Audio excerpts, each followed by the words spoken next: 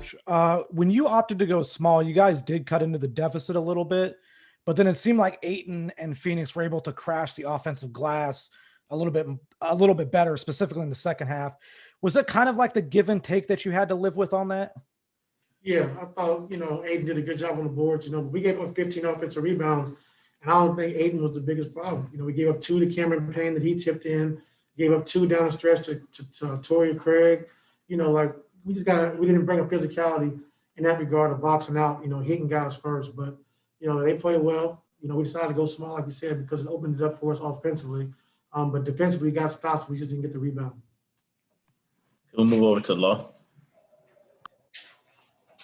Hey, Ty, so you guys were able to recover after a 39-point first quarter by the Suns, but clearly it wasn't enough to reclaim control of the game.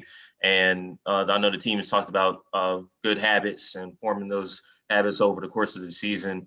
How do you feel this game comments on what you guys have been trying to do as far as consistency and habits? As far as the habits, Law, like communication, we was terrible tonight. Just communicating, like how many layups we gave up off miscommunications and wide open threes, and just wasn't talking, just wasn't communicating. Things we work on every single day that we wasn't able to capitalize defensively. So we just got to take a look at those. Continue to keep harping on communication and guys, talking to coverage and what we're supposed to be doing. Because just looking at it, we probably give them 20, 22 points just off of non-communication. We'll move over to Tamir. Hey Ty, when Rondo goes to the bench, I think CP kind of took over that game there. I guess, what did you make of the defense on him? Were you okay with it? Like, what did you make of that defense on him during that run? First half, I thought he did a good job. Having 3 points. What he had 25 in the second half. I just thought he just picked his spots. We try to blitz him a little bit. We try to fire a little bit, but he kind of got it going. So. That was just, something for us to see. We see him down the road, be something that we can be cognizant of. But he had a good game in the second half, and he kind of took over that game. So we gave him a few different looks, but we just couldn't seem to stop him. Okay, we'll move over to Nick Hamilton. Hey, Coach, just kind of backpacking off Tamir's question when it comes to Chris Paul, what makes him specifically so tough to try to contain and even defend? Especially when he starts to get going and get guys open and finding those spots. He just kind of controls the whole game. He plays at his own pace. He gets guys involved. He knows exactly when to take over the game.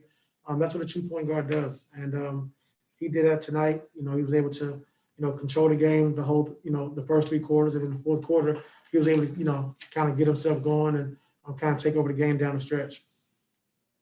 Okay, we'll move back over to Justin Russo. Ty, if I can for a second, going back to the offensive rebounds, was there a thought to maybe put Zoo back in the game sooner, or was that just kind of you went with what you thought was best? I went with what I thought was best. All right, thank you. We'll move over to back to Tamir. Ty, looking ahead, you guys have a pair of days off, and you guys face the Nuggets on Saturday. I guess, is there anything extra for that game, knowing how close the seedings are, tiebreaker on the line, stuff like that? Extra as far as what? I mean, any extra motivation you might need, bulletin board. I don't know. Players use different things to motivate them sometimes. Is there anything extra from your perspective, players' perspective? No, just play. Okay, Law, you can go ahead.